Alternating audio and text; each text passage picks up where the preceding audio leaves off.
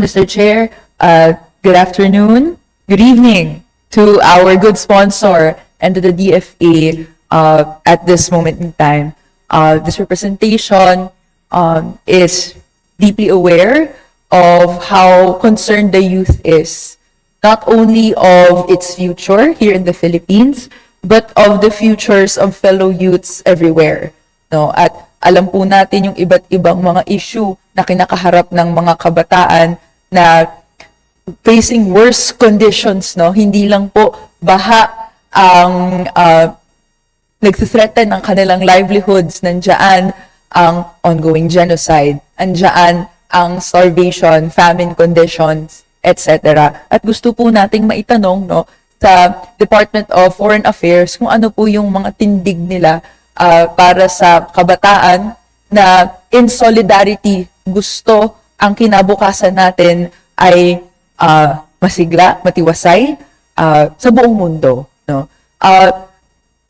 But before we go on to that, gusto ko pong magpasok muna ng tanong doon po sa isa sa mga environmental crises that youths, people everywhere are facing. No? We're talking about yung plastic pollution na inattempt na i-address po, no, in 2025 Global Plastics Treaty Negotiations in last month, no, in INC 5.2 meeting.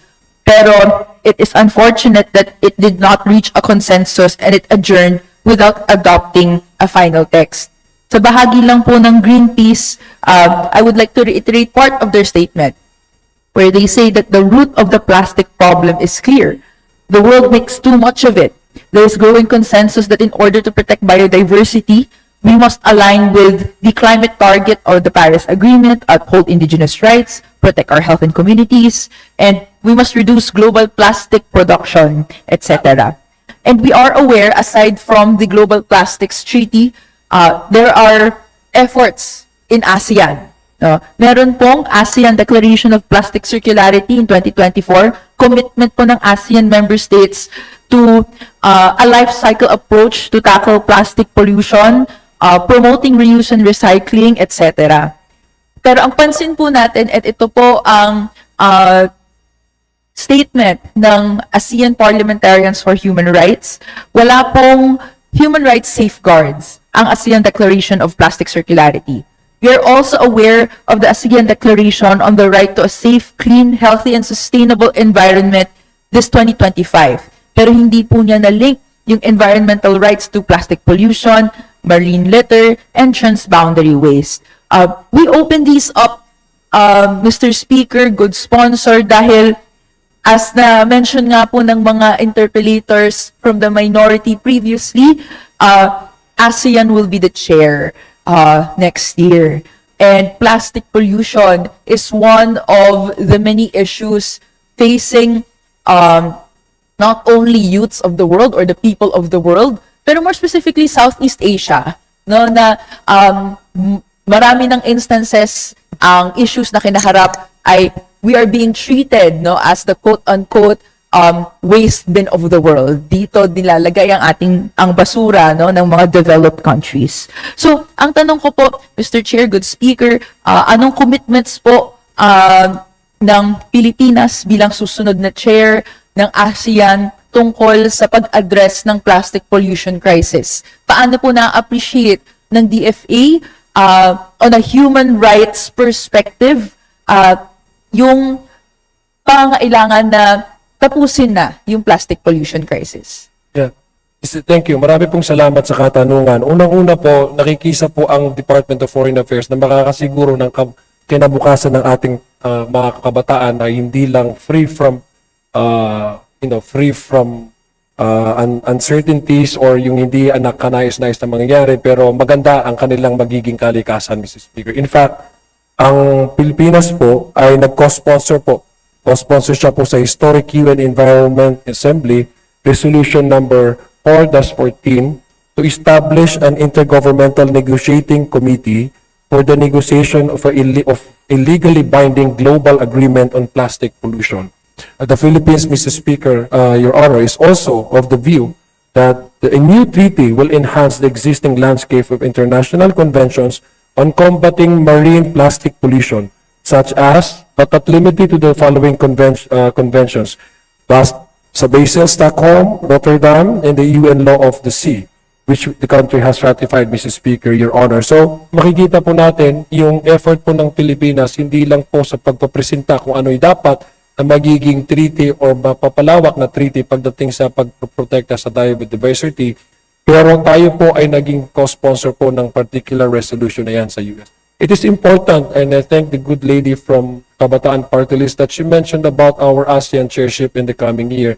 Yung po maganda kasi we will set the agenda in the next year's ASEAN meetings. Kasi una po sa pinaka-importanting prioridad ng Department of Foreign Affairs as the foreign arm of the government of the Philippines is paano po i-mitigate yung impact ng climate change. In fact, very much active po tayo sa lahat po ng conferences and international fora pagdating po sa usapin ng climate change because we ourselves in the country feel the impact of climate change, Mr. Speaker, because we have been often visited by typhoons, etc. within the ring of fire, Mr. Speaker. So it is not only our commitment to make sure that that we would have a more conducive future for our children to live in, but we are also, as a matter of survival, that we need to participate actively in any fora, conferences, international engagements para po pag-usapan ang kalikasan at yung magiging epekto po ng climate change na sinasabi po na.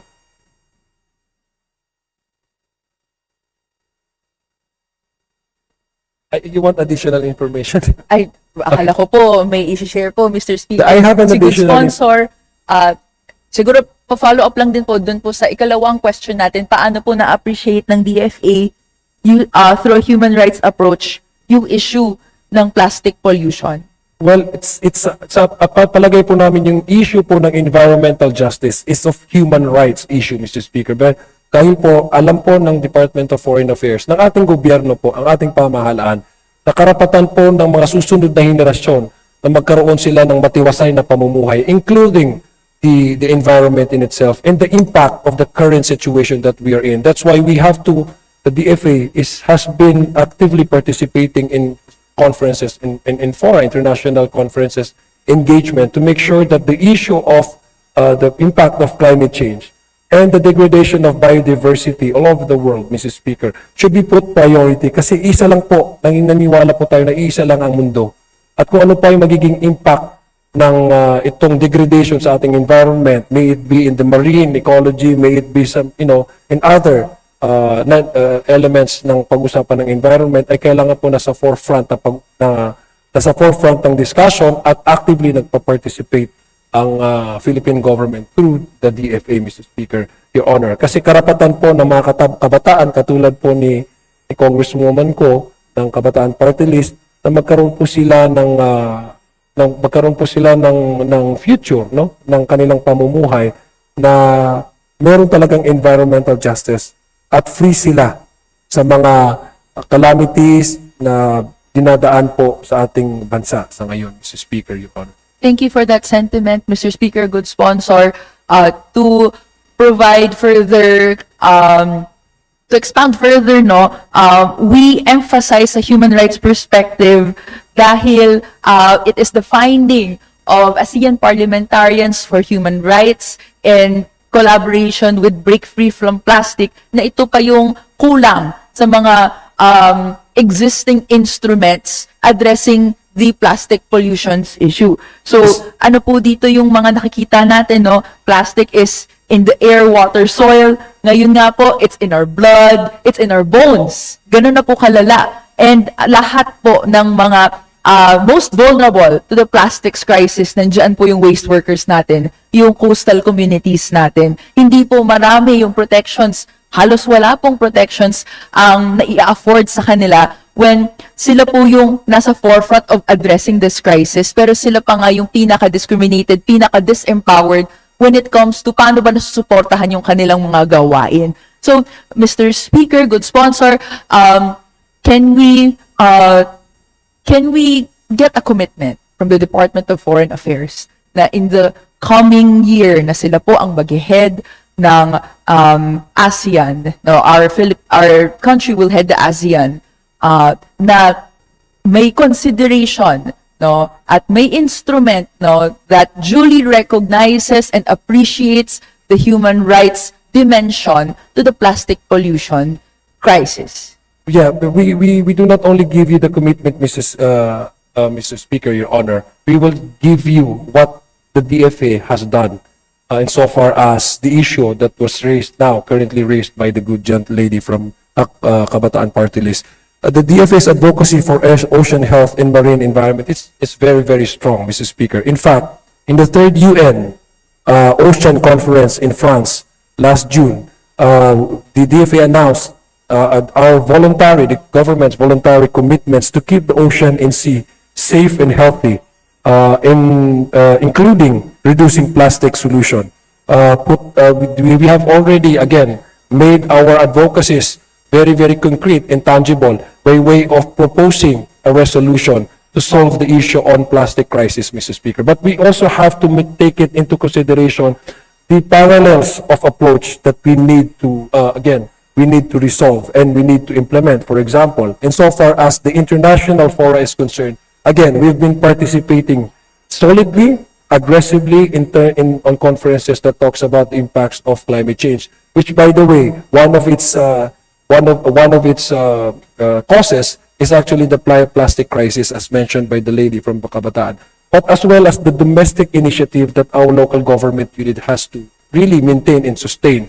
The waste management program is, fortunately, Mrs. Spear, in many areas, especially high urban areas, cities in the country, especially in NCR, is very, very poor. So I guess it's also a matter of implementing, quite frankly, the needed programs in order to make sure that the waste management act and the programs should be well implemented, segregating the plastics, in promoting now the recycling initiatives as an alternative way of reproducing plastic consumption, Mr. Speaker, Your Honor, which I believe right now, and just to be fair, also many of our cities here in the NCR and even outside NCR are now embracing the idea of recycling as a means to address the impact of global climate change, Mr. Speaker, Your Honor. For my last question in relation to this topic, Mr. Speaker, good sponsor, for the benefit also of the DFA and the public, other ASEAN countries look up to the Philippines for passing the Extended Producer Responsibility Act. No, dito po natin kasi makikita yung mas additional steps beyond piecemeal, short-term solutions to resolving plastic pollution as it is now. No, paano, ano yung dimension ng accountability? But it is with the admission as well of various agencies of the government na kulang pa yung ngipin ng EPRA, no? But meron din tayong pwedeng ambag na paano ba natin nai-explain at nai-advocate yung pagkakaroon ng extended producer responsibility to other states, especially ASEAN states na wala rin pong ganitong counterpart. So siguro po my next question na lang, this is from the APHR, ASEAN Parliamentarians for Human Rights joint statement to call on ASEAN member states to address the plastic pollution. Ano pong pagtingin ng Department of Foreign Affairs sa pagkakaroon ng regional efforts to rally states to phase out or to call them to phase out avoidable, problematic, and single-use plastics para meron po tayong toxic-free systems for reuse, refill, repair, and syempre as well, ensuring extended producer responsibility.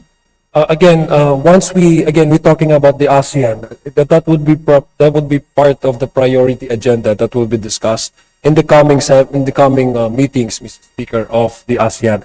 Again, what we can do is, what's important, Mrs. Here, is once we assume the chairship of the ASEAN, we can set the agenda and we can actually influence the trajectory of what the ASEAN would go, Mr. Speaker, insofar as the regional concern and the regional matters that are to be put into priority, Mr. Speaker. The discussion insofar as the crisis of plastic, Mr. Speaker, would also be included as one of the top priority because that is in line with the agenda of the Philippine government right now through DFA, Mr. Chair, the impact of the climate change. Because sabi ko nga, tayo talaga, it's not only a matter of advocacy, it's a matter of survival.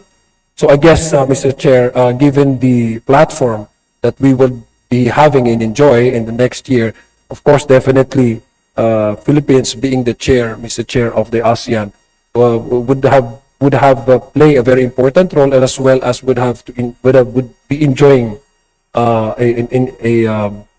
certain influence as to the formation of a regional framework insofar as the response the response to plastic crisis that the good lady from the Kabataan Party List is raising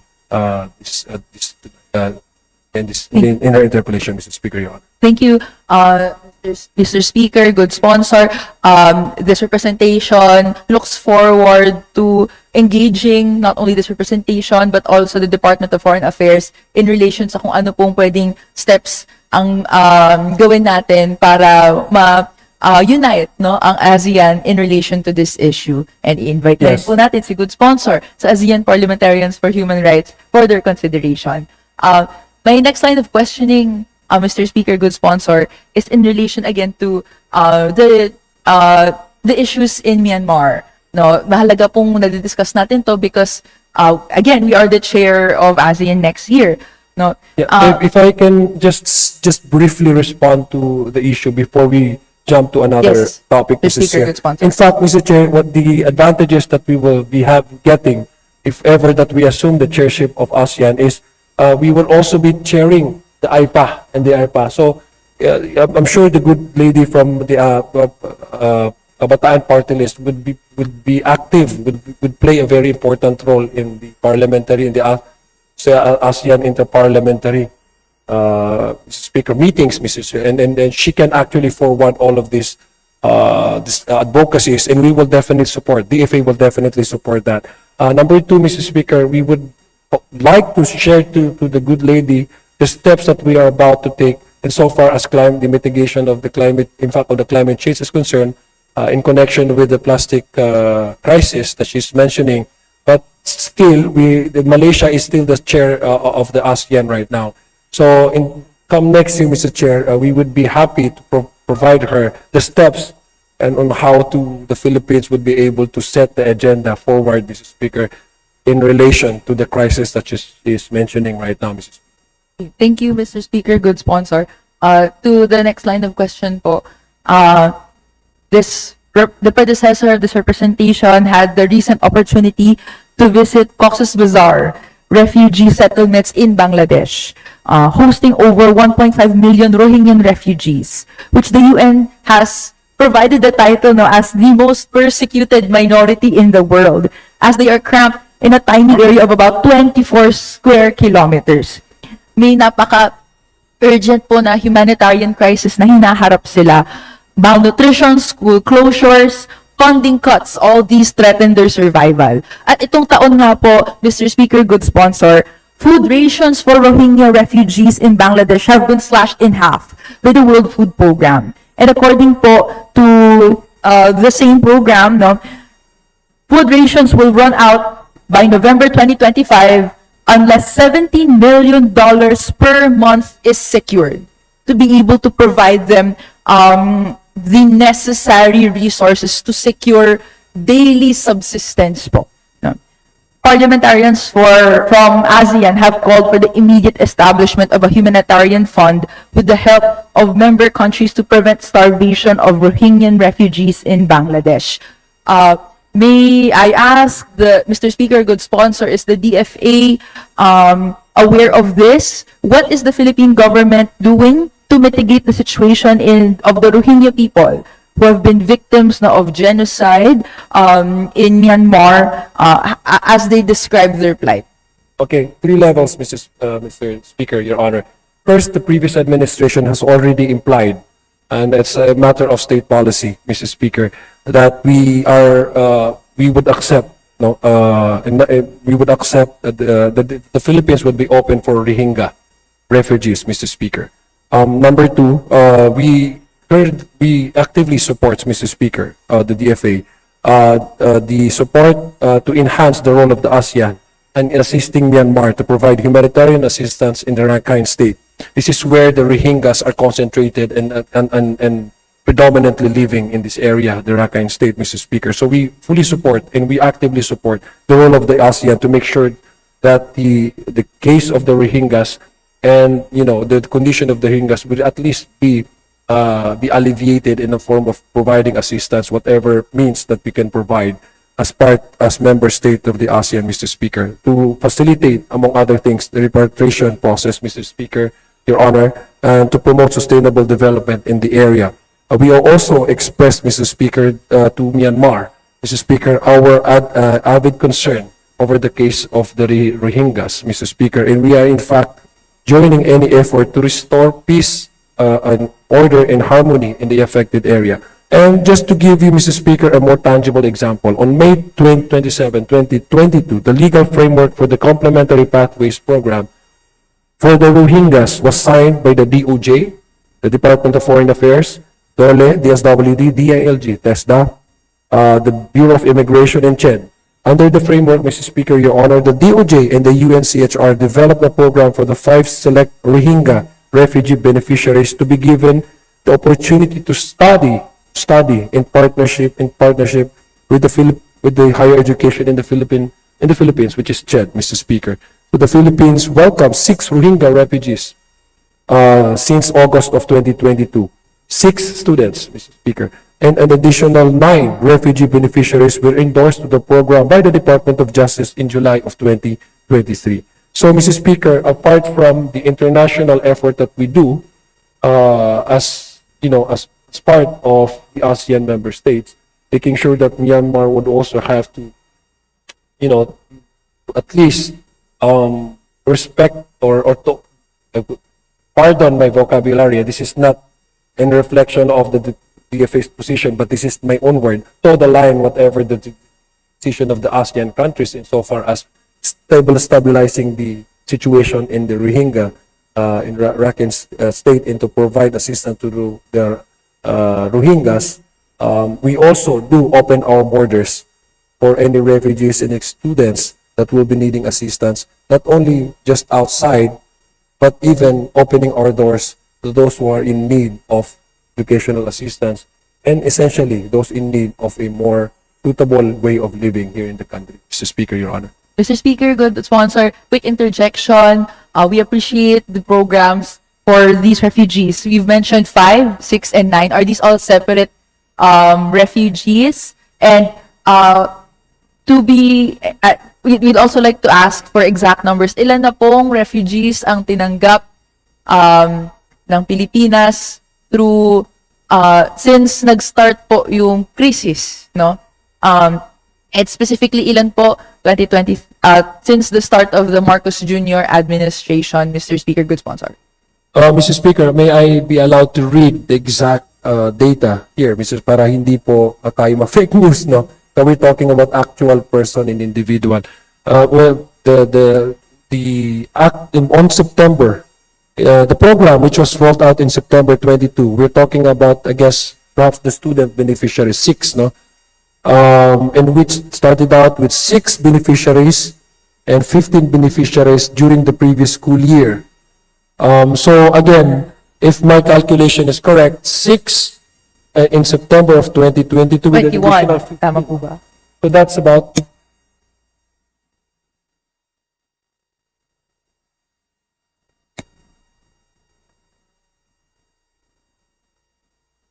well, again, the coordination between that of the DFA and our DOJ, because I believe Secretary is also mentioning this to me, Mr. Chair, that so far as the acceptance of the Rohingya refugees, because this is also an issue of immigration.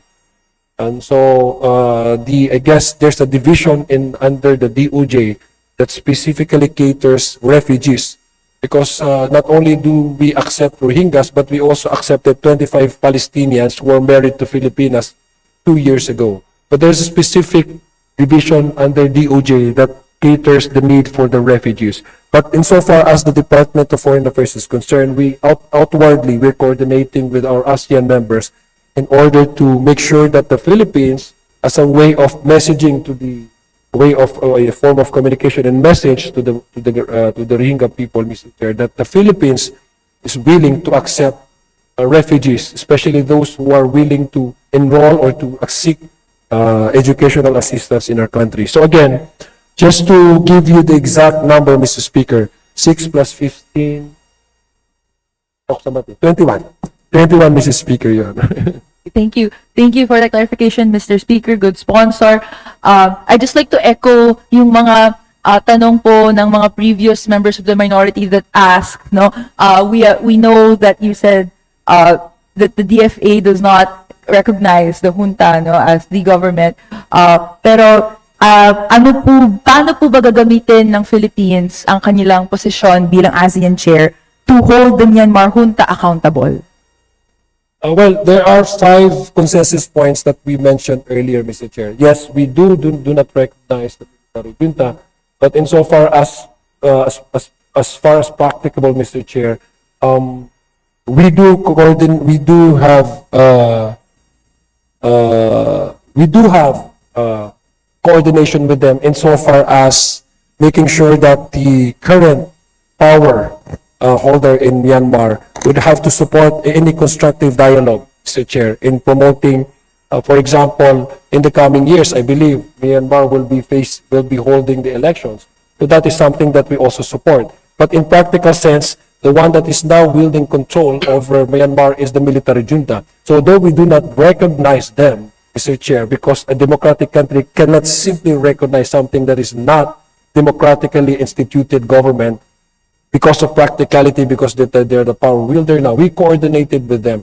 And insofar as chairship, for example, of the ASEAN in 2026 is concerned, again, we can set the agenda to make sure that the 5-point consensus, as mentioned earlier, will be implemented, Mr. Chair.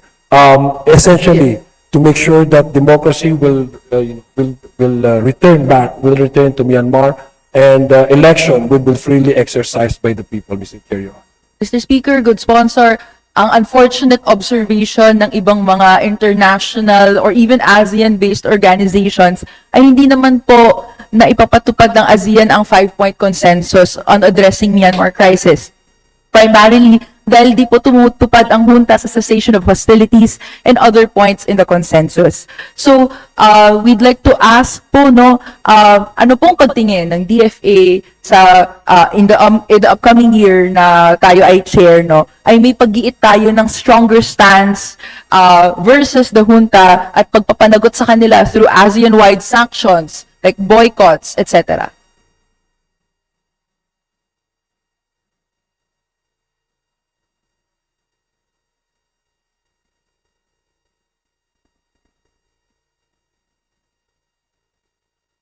Again, the ASEAN is a collegial body per se. So any decision made by the ASEAN should be in terms of a collective decision. It's a consensus building, Mr. Chair. So again, we do recognize the shortcomings of the ASEAN insofar as perhaps forcing the military junta to at least lose grip over Myanmar. But it is something that is still something that should be worked on, and we do recognize again that this is a evolving discussion, and it also is something that we should push on and work on, no matter what the current situation right now. I guess the Department of Foreign Affairs, the government as a member, the country as a member state of the ASEAN, should continue pushing for a system that should work in Myanmar in line and in consonance with the democratically held principle of most, if not all, of the ASEAN countries. So yes, we recognize the current situation in Myanmar, and the case of Myanmar, since we are assuming from Malaysia, and Malaysia has also been doing enough to push for the 5-point agenda, we will take from there, and we would see how the coming discussions so far as Myanmar is concerned, will evolve and will develop, Mr. Chair, Your Honor. Mr. Speaker, good sponsor. We are aware, of course, of the non-interference principle ng ASEAN, pero this is the standing critique na rin since 2017, nung nagsimula na yung crisis, no absolute non-interference has shielded repressive states and makes other ASEAN members complicit to gross human rights violations, war crimes, and or crimes against humanity. But nonetheless po, we welcome yung naging discussion on the opening ng pagbubukas nitong usapin na ito sa upcoming chairmanship natin in this 2026. So, Mr. Speaker, good sponsor, ang itatanong ko na lang po, may makukuha ba tayong commitment that in future ASEAN meetings, naka-priority yung agenda kung paano ba natin i-resolve ang Rohingyan crisis, no? At paano ba natin, ano bang steps na pwedeng i-take to include even affected countries like Bangladesh, no, that has been hosting Rohingyan refugees for years? Hopefully a short answer, the sponsor. Yes, Mr. Chair, that is something that we would work on. In fact, they were going to be in a meeting with the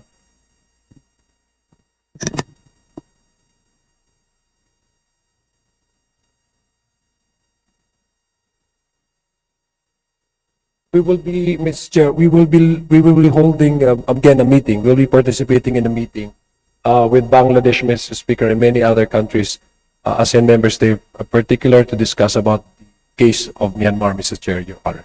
Last two questions, Mr. Chair, if I may be allowed. Last Mr. one, Speaker. please. Last one.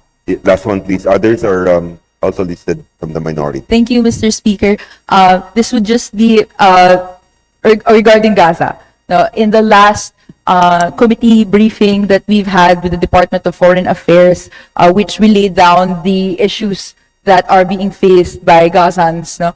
We asked kung nire-recognize po ba ng Pilipinas na may genocide in Gaza? To which the answer back then was, no, there is no genocide. No. Has the answer changed since 3 weeks? No, ever since nagkaroon po ng speech si Prime Minister Benjamin Netanyahu that we walked out on po, Mr. Chair, Mr. Speaker, good sponsor. Yes, Mr. Speaker, to give you a short answer, we joined the ICJ resolution, Mr. Chair, sponsored by South Africa, recognizing that there is indeed a genocide happening now in Palestine, particularly in Gaza, Mr. Chair. Okay, thank you very much, Mr. Speaker. Good sponsor. For further elaborations on the points we've mentioned, this representation would hope to conduct further dialogue with the good sponsor and the department for further action points. Thank you, Mr. Speaker.